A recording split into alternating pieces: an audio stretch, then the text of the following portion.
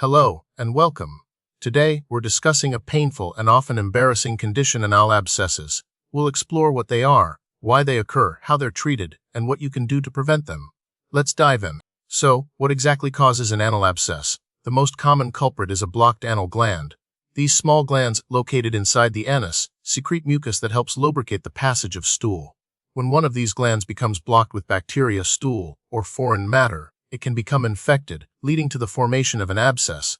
Other less common causes can include inflammatory bowel diseases like Crohn's disease or ulcerative colitis, sexually transmitted infections, trauma to the anal area, or even complications from conditions like diabetes or a suppressed immune system. Now, let's understand the pathophysiology. When an anal gland becomes blocked, bacteria begin to multiply within the gland and surrounding tissues. This bacterial overgrowth triggers an inflammatory response, causing the body to send white blood cells to the area to fight the infection. As the infection progresses, a pocket of pus forms. This pus is essentially a collection of dead white blood cells, bacteria, and cellular debris. The pressure from the pus accumulating within the confined space causes swelling, pain, and redness in the surrounding tissues. If left untreated, the abscess can grow larger and potentially rupture spontaneously, creating a connection to the skin surface, known as a fistula. Anal abscesses are relatively common, affecting people of all ages. However, they're slightly more prevalent in men than in women. While no race is immune, certain factors can increase your risk, such as having inflammatory bowel disease, diabetes, or a weakened immune system. Statistics vary depending on the specific population studied, but it's estimated that a significant number of individuals will experience an anal abscess at some point in their lives. Recognizing the signs and symptoms is crucial for early diagnosis and treatment. The hallmark symptom is intense, throbbing pain near the anus. This pain is often constant and worsens with sitting, bowel movements, or coughing. Other common symptoms include swelling, redness, and tenderness in the perianal area. Some people may also experience fever, chills, fatigue, or drainage of pus from the area. If the abscess is deep, it may not be visible externally, but you'll still likely experience significant pain and discomfort. Diagnosing an anal abscess typically involves a physical examination by a doctor. They'll visually inspect the perianal area for signs of swelling, redness, and drainage. A digital rectal exam, where the doctor inserts a gloved, lubricated finger into the anus, may also be performed to assess for tenderness or masses. In some cases, especially if the abscess is deep or if other conditions are suspected, imaging tests like an MRI or CT scan may be necessary to get a clearer picture of the affected area.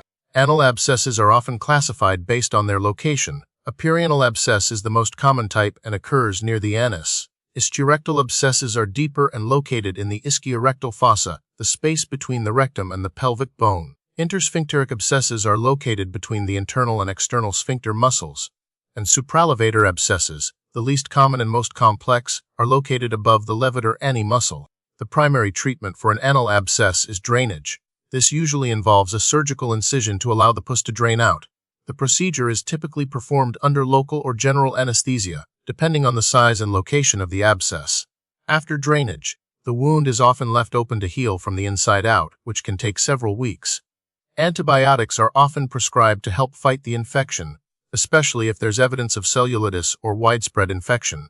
Pain management is also an important part of treatment, with over-the-counter or prescription pain relievers often recommended. Sitz baths, warm shallow baths, can help relieve pain and promote healing.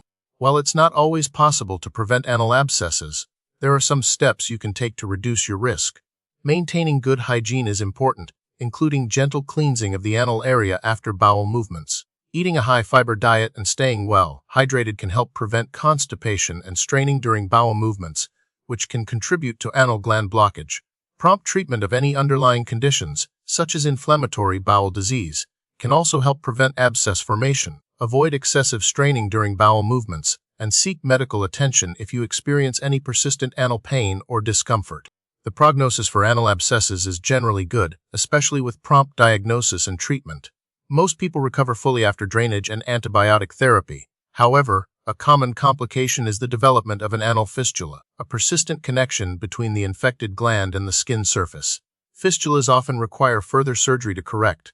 Researchers are continually exploring new and improved methods for treating anal abscesses and fistulas, including minimally invasive surgical techniques and novel antibiotic therapies. Studies are also focusing on identifying risk factors and developing strategies for preventing these conditions in the first place.